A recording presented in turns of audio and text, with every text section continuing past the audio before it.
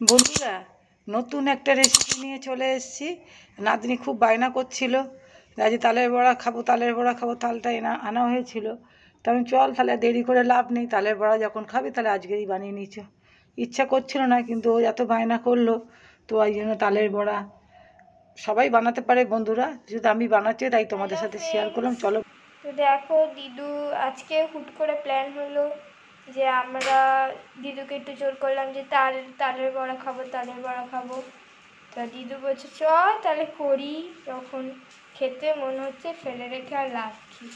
তো তাই দিদু দেখো তাল ছাড়াতে বসে গেছে। বন্ধুরা, ওই দেখো আমি এখন তো তাল ছাড়াচ্ছি। তাহলে তালটাকে আমি এতে করে আমি ঘষে নেব, তালের গাছটা যেটা সেটা বার করে নেব, আমি তোমাদের দেখাবো। আর এই দেখো নারকেল নিয়েছি একটা, নারকেল কি কি লাগছে তালের বড়া করতে তোমাদের সব দেখাবো সমস্তই। সঙ্গে থেকে প্লিজ ভিডিওটা পুরো দেখো। তাল চাটাটা তোমাদের তাও দেখিয়ে দিচ্ছি একটু। তো দেখো বন্ধুরা, আমি একটু প্রথমে একটু জল দিয়ে দেবো।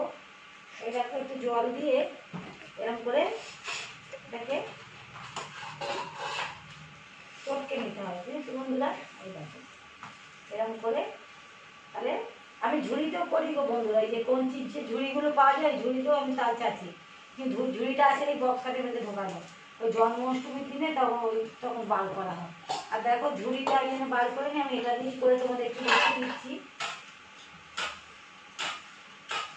এটা দেখো আমি তোমাদের করে দেখাচ্ছি। এটা দেখো হচ্ছে খুব সুন্দর তাল চাচা যায় এতে।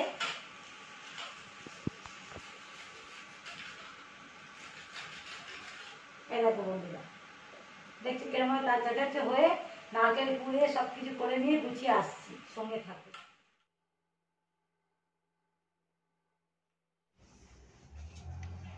বন্ধুরা, আমার তাল ছানাটা হয়ে গেছে। এবার দেখো আমি কি কি উপকরণ দিচ্ছি,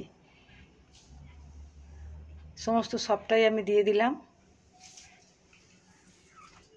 আমাদের বাড়ির সবাই তালের বড়া খেতে খুব ভালোবাসে বন্ধুরা।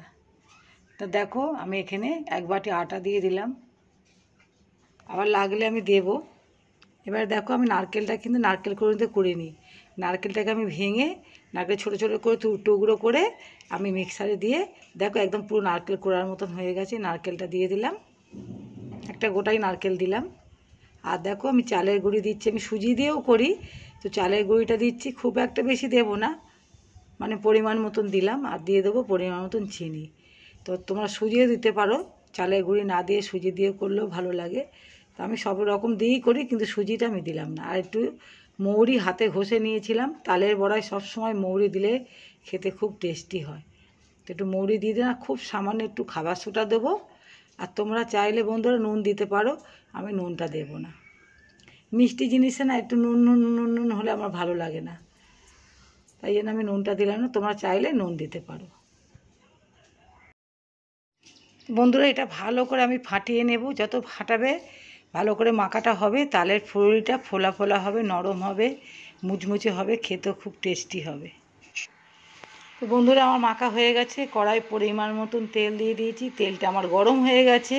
এবারে একে একে দিয়ে ভালো করে ভেজে নেব বন্ধুরা, নর্মাল আঁচে রাখবো, যাতে ভাজাটা খুব ভালো হয়, ভেতর থেকে খুব সুন্দর ভাজা হয়। আর দারুণ লাগে গো বন্ধুরা, সবাই তোমরাও বানাও। আমি একটু যেহেতু বানাচ্ছি তোমাদের সাথে একটু শেয়ার করলাম, আমার বন্ধুদের সাথে শেয়ার করবো না, তাই তোমাদের সাথে আমি শেয়ার করলাম। সবাই বানাতে পারে বন্ধুরা। তো বন্ধুরা দেখো আমার এক পাটটা হয়ে গেছে, এবার আমি আস্তে আস্তে উল্টে দেব।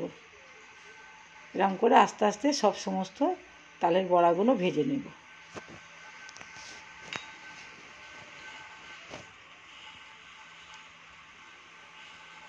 দারুণ লাগে গো বন্ধুরা। আমাদের পুচকি তো এরকম করে তালের বড়ায় যদি ভেজে রাখি না, একটু ভাত ফাত আর কিছু খাবে, টুকটুক করে একটা দুটো বাটি করে নিয়ে বসে খাবে না, একটা একটা করে বসে বসে নিয়ে নিয়ে। বন্ধু, তোমাদের এই রেসিপিটা কেমন লাগলো কমেন্টে জানিও, যদি ভালো লাগে একটা লাইক করে শেয়ার করে দিও।